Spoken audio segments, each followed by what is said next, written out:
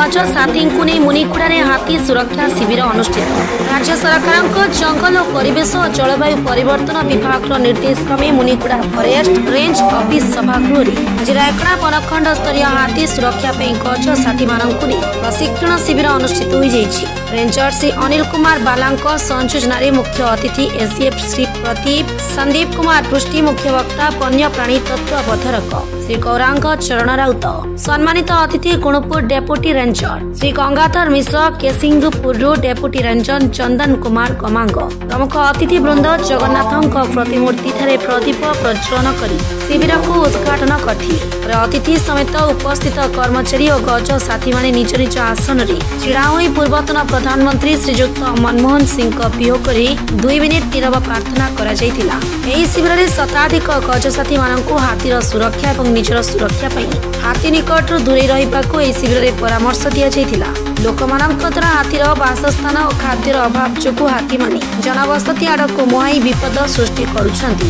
एथिप्रति गज साथी मानकर गुरुतर भूमिका रही बोली अतिथि माने मत रखिले। कंपा तलार फरेस्टर श्री माझी महापात्र हाथी और जंगल जंतु को नहीं अंगे लिफाई अभिज्ञता वर्णना करथिले। कार्यक्रम में मुनिकुड़ा फरेस्टर प्रमोदिनी मांडांगी दुर्गी फरेस्टर रंजित श्रीराम वनरक्षी और समस्त कर्मचारी माने उपस्थित रही शिविर में सहयोग करथिले। दुखद विषय मुनिकुड़ा रेंजर को सुहाइला भली कई जन सांबादिकों को कार्यक्रम सूचना देवा एवं अन्य मानकु न देवा पछरे की रहस्य रही साधारण चर्चा चली सुनिबाकु मिलुछि। मुनिकुड़ा रेंजर रे घटुथिबा दुर्नीतिर कला कारखाना मा लोकलोचन को आसीबा परे रेंजर केतेक सांबादिक मानकु सूचना देबाकु कुंठापोथ करिथाई पारंती। रेंजर का निकट रे सांबादिक मानक तालिका नथिबारु सेतिपई पात्र अंतर करी सूचना मिलिथिबारु अधिकांश सांबादिकों मध्य रे आज असंतोष देखा देछि। तेणु फरेस्ट और मीडिया नाम रे केवल एडमिन थाई ग्रुप खोली सांबादिक मानक आड़ करी ग्रुप रे सूचना देले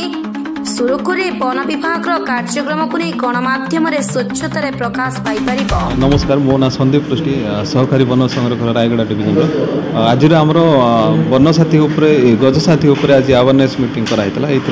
तीन रेंज विभिन्न गज साथी पाखापाखि 150 साथी भाई मैंने आसते आज योगदान करते।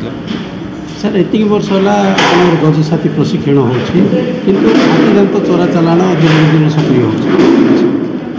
हाँ माने गज साथी आम केमती माने गज साथी को इनवॉल्वमेंट करना एवं भी हाथी शिकार होची कि जहाँ चोरा चालान से खबरटा आम जानापी चाहूँ से पार्टिसिपेशन हेले आम इजिली तथ्य बाहर कर जी भी हाथी शिकार कर चोरा चालान कर 6 टिकिया हाथी आम अंचल को आसी बास कले सेतेबेले आम फॉरेस्ट डिपार्टमेंट सहित गार्ड डिपार्टमेंट सहित आम साहाय्य सहयोग करिछु बिना मूल्य परिश्रमिक मान देइछु सेमानको साहाय्य सहयोग करिछु किंतु वन जंगल केमि सुरक्षा रहिबो लोकंकर फसल किपरि सुरक्षा रहिबो आ हाथी की किपरि सुरक्षा हाथीर भी केमि सुरक्षा रहिबो ऑफिशियल सहित सहयोग करिछु गाँ लोक को मध्य साहाय्य सहयोग करिछु सेमाने गाड़ी गुलच कले भी आम शुणिकी हाँ सेमानको बुझेछु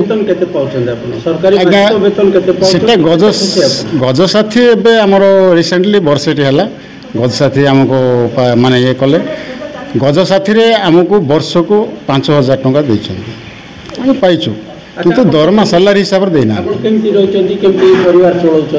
आमर निज वृत्ति करूछु चाषबास करूछु आमको आम एरिया रे हाथी आम पिला बेल तो केबे देखि नथुलु जंगली हाथी आम एरिया रहिला आम भी टिके सेमान सहित स्टाफ सहित मिसिकी हाथी पाखापाखि रही माने डिस्टेंस रही आमको टे उत्साह लगिला सेमानको साहाय्य सहयोग करूछु डिपार्टमेंट को लोकन को बुझाऊछु ता बोली कि आम एरिया को आसिला हम साहाय्य सहयोग करूछु अन्य एरिया को हम जाऊनु माने ये एलिफेंट स्क्वाड ये 14 वर्ष है काम कर सर मोर अवगत मु हेलानी गज साथी बोले गाँ गंडा को जाकि जदि हाथी आसला आम जानिलु हाथी आसे फॉरेस्ट डिपार्टमेंट को आम फोन फान जोगाजोग करी से गाँ लोक को जंगल को जावाई आम मना करूँ जाओनी बोलिकी आउ काठपाई तो जाती समस्त लोक गाँव में रहीकि आम से दिन बेले तो गाँव में रोहू संध्या जाए पूरा राति जदि मुव कला बेलू गाँव में चारिपटे निआ लगू आग पटे पछपटे आउ गाँ लोक को जाती मना मन करूँ आउे सेमती कपड़े कुआड़े जाऊँ कौन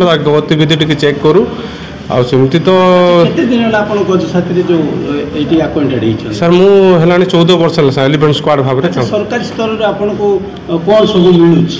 ମୋତେ ସରକାରୀ ତରଫରୁ ସାର୍ ମୋତେ ଗଜଗୌରବ ସମ୍ମାନ ମିଳିଥିଲା ସାର୍ ଭୁବନେଶ୍ୱରରେ। ଆଉ ସେଥିପାଇଁ ବହୁତ ଗର୍ବିତ ମୁଁ ଫରେଷ୍ଟ ଡିପାର୍ଟମେଣ୍ଟକୁ ମୁଁ ବହୁତ ଧନ୍ୟବାଦ ଦିଏ ଆଉ ବହୁତ ଖୁସି ସେ ଗଜଗୌରବ। ଆଚ୍ଛା ଆପଣଙ୍କୁ ପାଉଣା କେତେ ଦିଆଯାଉଛି? ସରକାରୀ ବେତନ ହିସାବରେ ଆପଣ କେତେ ପାଉଛନ୍ତି?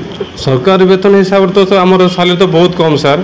ଆଉ କାମଟା ଯଦି କରୁଛୁ ବାକି ଦେଖିବାକୁ ଗଲେ ଆମ ସାଲେରୀ ଟିକେ ଆଉ ଟିକେ ଭଲ ଟିକେ ହେଇଥିଲେ ଭଲ ହେଇଥାନ୍ତା। ଆମ କମ୍ ସାଲେରୀ ବି ଆମକୁ ଦିନ ପିଛା 450 ଟଙ୍କା ଦେଉଛନ୍ତି ସାର୍। ବାକି ଆମେ 24 ଘଣ୍ଟା ସବୁବେଳେ ଆଲର୍ଟ ରହୁଛୁ ଆଉ ଫରେଷ୍ଟ ଡିପାର୍ଟମେଣ୍ଟ ସହିତ ଜଡ଼ିତ ହେଇକି ରହୁଛୁ ଆଉ ଜଡ଼ିତ ହେଇକି ସବୁବେଳେ ରହିବୁ ସାର୍। ଆମେ ସବୁବେଳେ ଆଗ ଧାଡ଼ି ରହିବା ପାଇଁ ଚାହୁଁଛୁ ଆଉ ଟିକେ ସରକାରଙ୍କ ସହିତ ଟିକେ ଆଉ ଟିକେ ସହଯୋଗ ମିଳିଲେ ଭଲ ହେଇଥାନ୍ତା ଆଉ। ରାୟଗଡ଼ା ଜିଲ୍ଲାରୁ ସଞ୍ଜୟ କୁମାର ନାଗଙ୍କ ରିପୋର୍ଟ, ଫାଷ୍ଟ ନ୍ୟୁଜ୍ ଓଡ଼ିଶା।